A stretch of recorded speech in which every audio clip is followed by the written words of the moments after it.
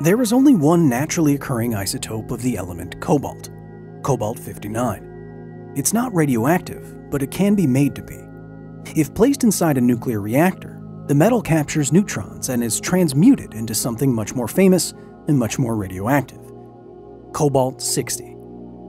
This isotope is physically robust, has a relatively long half-life, and emits high-energy gamma rays. Cobalt-60 is therefore perfect for many nuclear applications, from industrial density gauges to cancer therapy, when used safely. If precautions are ignored, forgotten, or actively bypassed, Cobalt-60 sources can be accidents waiting to happen. And in 3 back-to-back years, from 1989 to 1991, the potential for an accident was fulfilled. This is the true story of the El Salvador, Israel, and Belarus irradiator accidents.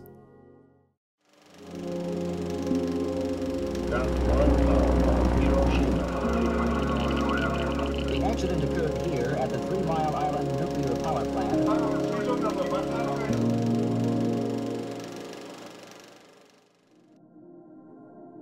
How do you keep food safe without putting chemicals on it? How do you sterilize medical equipment without touching it? That's where commercial irradiators come in.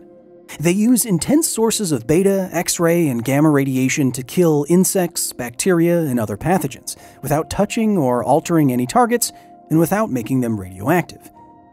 The basic design is a shielded room where products are moved around in an unshielded source. After a set amount of time and dose, sterilized products are removed, and the radiation source is moved back into a safe position, like under meters of water. Non-beam sources of radiation look like this: metal racks of radioactive material that can be raised and lowered. The brilliant blue glow here is from Cherenkov radiation produced by so-called pencils of Cobalt-60 in water. A source rack might have dozens of these pencils capable of producing doses many thousands of times larger than what any human could withstand. Doses well above lethal for humans is what can make an irradiator an accident waiting to happen, but they are necessary. Generally speaking, the less cells an organism has, the more resistant it is to radiation. Humans are less resistant than goldfish, for example, which are less resistant than cockroaches, fruit flies, and bacteria. Proper sterilization, then, necessarily requires a very large dose, especially for medical devices and implanted equipment. In 1989, the irradiation facility in San Salvador, El Salvador, was using a JS6300 irradiator to sterilize intravenous solutions and blood dispersion sets. It did so with a source rack composed of 108 Cobalt-60 source pencils stored in water when not in use, raised into the air near a 2-level conveyor belt when irradiating products. The belt would use pistons and a pneumatic elevator to move reusable fiberglass boxes through 29 irradiation positions. In 1990, the irradiation facility in Soreq, Israel, was using a JS6500 gamma sterilizer, basically the same one as in El Salvador, that moved medical products and spices around Cobalt-60 sources. The Cobalt irradiator in Belarus in 1991 was using a slightly different setup without a pool of water for storage, but the process was the same. Raise an intense gamma source into the air, move syringes and hemostatic sponges past it. 3 facilities, 3 large Cobalt-60 sources. And in 1989, 1990, and 1991, 3 major accidents that weren't exactly out of the Cherenkov blue. In El Salvador, which was reeling from civil war at the time, there was no regulatory control of radioactive sources at all. There was no radiological protection infrastructure. In the Israeli facility, there were no warning signs posted. In Belarus, a nation newly sovereign after the collapse of the Soviet Union, was diverting resources away from radiation protection at a plant whose irradiator jammed up to 3 times per day. Accidents waiting to happen at plants with sources 200 times more radioactive than cobalt that would make you drop and run. As anyone who works around potentially dangerous industrial equipment will tell you, once you stop respecting the machine, nuclear or not, that's when it gets you. And in El Salvador, Israel, and Belarus, that respect was either forgotten, never taught, or both. The San Salvador facility already had an accident before 1989, where a radiation monitor failed, so they removed the monitor.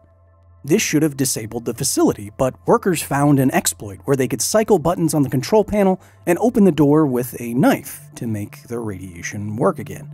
Product boxes were held together with tape. The instruction manual for the facility was given to them in English, not Spanish, and was incorrectly translated. 8 years prior, in 1981, the supplier of the cobalt irradiator recommended that a shroud be installed to prevent conveyor belt jams. But it was never installed. According to the IAEA report, quote, "The installed safety systems, which would normally have prevented human error from leading to an accident, had degenerated or been bypassed over the years. Safety culture in Israel had similarly degraded. The facility had also received a notice to install a shroud around its JS6 irradiator to prevent jams, but never did so. It also had an instruction manual that wasn't in its native language, which, according to the IAEA, contributed to the operator's inability to cope with unusual events. The irradiator in Belarus was jamming up to 3 times per day, which even experienced operators were circumventing safety protocols to fix.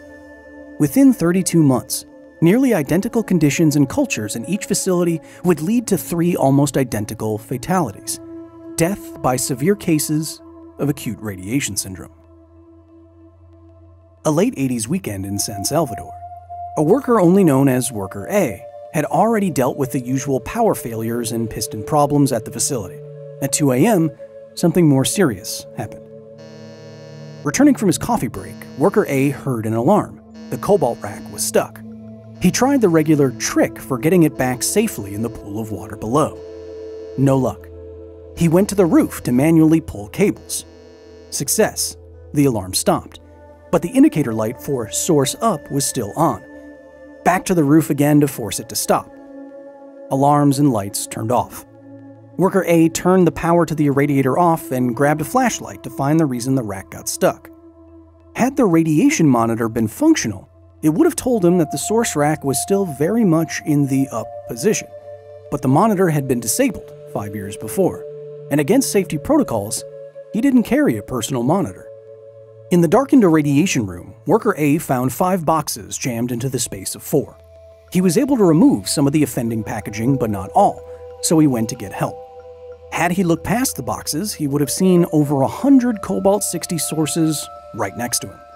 At 3 a.m., Worker A was joined by Workers B and C. They asked if anything was wrong. Worker A said the power was off. Nothing to worry about. All 3 men set about manually hoisting the cables that held the source rack. Without realizing that unsticking the rack meant that it was indeed unshielded, the 3 men paid out slack until the cobalt assembly touched the water in the pool below. That's when Worker A saw a brilliant blue glow.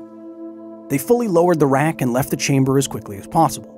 According to the IAEA report, Worker B saw a radiation monitor upon leaving the room and asked what it was for. Worker A told him it was for measuring radiation, but since they weren't dealing with any, it was unnecessary. 30 minutes later, Worker A began vomiting blood. This diagram is of the worker's positions relative to the source rack in San Salvador. The lines indicate different dose rates in grays per minute. 1 gray of whole-body dose can cause radiation sickness. You'll notice the men's stances while they tried to free the rack, 1 leg forward for support. The leading leg of each man was subsequently amputated first. A stuck source rack in Soreq, Israel. A still installed radiation monitor caused the gamma radiation alarm to sound. 30 minutes later, a qualified operator returned to find 2 warning lights, one that said radiation in the room was too high, and another that said the source rack was in the down and shielded position. The operator was faced with 2 conflicting signals, one indicating that the source was safe and one that it was not. He chose to believe that the source down signal was correct and that the radiation alarm was false. First, he silenced the gamma alarm by disconnecting it. Then, like the workarounds in El Salvador, he used a trick to open the irradiation room where he cycled the power on and off several times until the room registered only background rates of radiation. The operator then opened the door with a key outfitted with a radiation monitor, but it wasn't switched to the right range. Inside the room, cartons blocked him from seeing the source rack. He started removing jam boxes from the conveyor mechanism, but after only about a minute, he, quote, began to feel a burning sensation in his eyes and a pounding sensation in his head. At 5:45 p.m., he was vomiting. In the early morning hours of October 26, 1991, an assistant in Belarus noticed that there was a jam in the transport mechanism of his irradiator. He called for the experienced operator on site, who then went to see for himself what the matter was. After just 60 seconds of trying to free the blockage, he had a headache. His joints hurt, as did his genitals. He had trouble breathing. He might have had an idea why, but his personal radiation detector was left in his lunchbox. Though it's spoken about as a singular condition, acute radiation syndrome is actually 3 syndromes, each related to the dose received and its predominant effects in humans. The first is hematopoietic, or bone marrow syndrome. In all the dose ranges where acute effects occur, radiation damages and destroys the radiosensitive, rapidly dividing cells in the bone marrow. Since this is where your blood cells come from, hematopoietic syndrome is a potentially catastrophic decrease in red blood cells, white blood cells, and platelets, anemia, increased risk of infection, and excessive bleeding. The second syndrome, occurring after doses that already can be deadly, is gastrointestinal. Radiation has killed and/or disrupted cells in the gut, leading to nausea, vomiting, and diarrhea. As we highlighted in a previous story, vomiting within an hour after exposure usually means multi-organ failure, and death is likely to follow. Few people in history have ever fallen into the category of the third syndrome, neurovascular. This only occurs in cases where whole-body doses doom the victim. Direct damage to blood vessels and the central nervous system, confusion, seizures, brain bleeding, coma, followed within hours or days by death. Robert Peabody was one of those men, as was Cecil Kelly. The 3 men in the back-to-back irradiator accidents endured estimated whole-body doses of between 5 and 20 grays, and were treated for gastrointestinal and hematopoietic syndromes. The treatments were heroic, but ultimately unsuccessful. The 3 men who stood within arm's length of a Cobalt-60 irradiator in San Salvador had vastly different outcomes that varied according to small changes in distance and time. Worker C was in and out of hospitals and put on medical leave for 199 days. He eventually returned to work with a limp. Worker B was transferred to a larger hospital in Mexico City. His left leg was amputated on day 161 after exposure. His right leg was amputated on day 202. Worker A, the most irradiated, had extensive radiation burns on his legs, feet, and hands, and continued vomiting and diarrhea had cut his body weight by 20%. On day 132 after the incident, his right leg was amputated. Back in San Salvador on day 191, he contracted pneumonia, but his limbs were too damaged to insert a catheter. At some time during this period, his lung was pierced when a catheter was placed in his neck, and he died at 7 a.m. on day 197, 6.5 months after exposure. An IAEA expert who directed the treatments of patients after Chernobyl 3 years before was supposed to supervise his treatment, but Worker A died the day before he arrived. The operator in Israel in 1990 knew something was terribly wrong. He called his radiation safety officer. The officer arrived, turned on his own monitor, and walked into the irradiation room. Just steps inside the door, he found radiation rates 5 million times higher than background. He turned around and locked the door. The operator died 36 days later, after intensive medical care. The IAEA's reconstruction of the accident in Belarus suggested that the operator had only spent about 90 seconds in the irradiation room.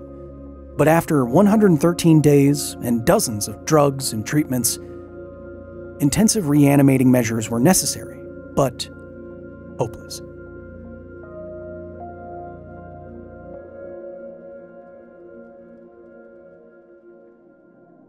Signs not posted.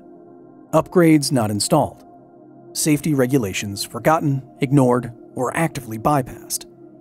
The common refrain in every single one of these accidents is human error, rather than inherent danger. Even in the case of Chernobyl, and a clearly problematic RBMK reactor design. What led to the disaster was an ill-advised test in the middle of the night, circumvented safeguards, and government yes-men. The plant itself was surprisingly resilient, despite the catastrophe that followed. It's almost never mentioned that Chernobyl continued to produce power in some capacity for 14 years.